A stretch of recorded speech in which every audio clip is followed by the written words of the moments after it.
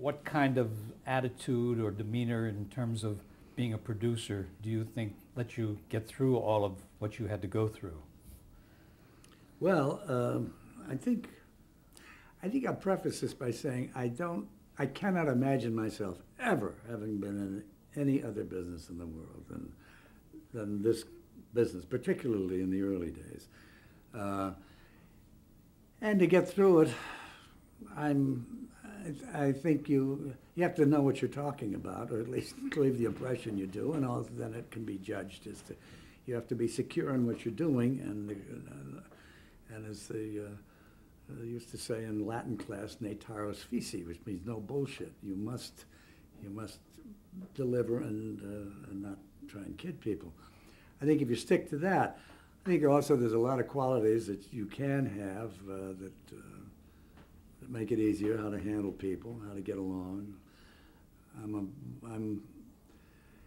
I'm a perfectionist, and it sometimes works for you and sometimes works against you. But for the most part, I really have never had a crew that we haven't gotten along with, or a group of actors. I mean, some more or less, some shows that we discussed here that almost you have to remember you were even on the show. They just made no impression. But some of the shows you really loved a lot and you knocked yourself out to do, and you have to like people basically too. And I think it all works. It all works.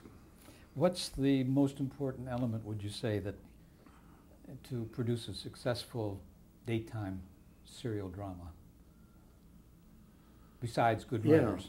Good writers, what else? Yeah, well, I think in yourself you have to involve yourself, and when I use socially, I mean with a small s. Mm-hmm. I mean, from my standpoint, I always got down on the studio floor, and I was in the prop room, I was in the lighting room, I was with the cast. That was my nature. I had to know these people, and I wanted to like them, and I did like them all. And to me, that was my way of producing, so that when I needed something desperately, that maybe to break a rule because they'll go a little overtime, or they'll wink about something, or they just felt they were part of the production. Some producers I've known don't ever leave the office, mm-hmm. and that isn't my style. Maybe that's their style, but it worked much better for me to be known and to know the people I'm working with.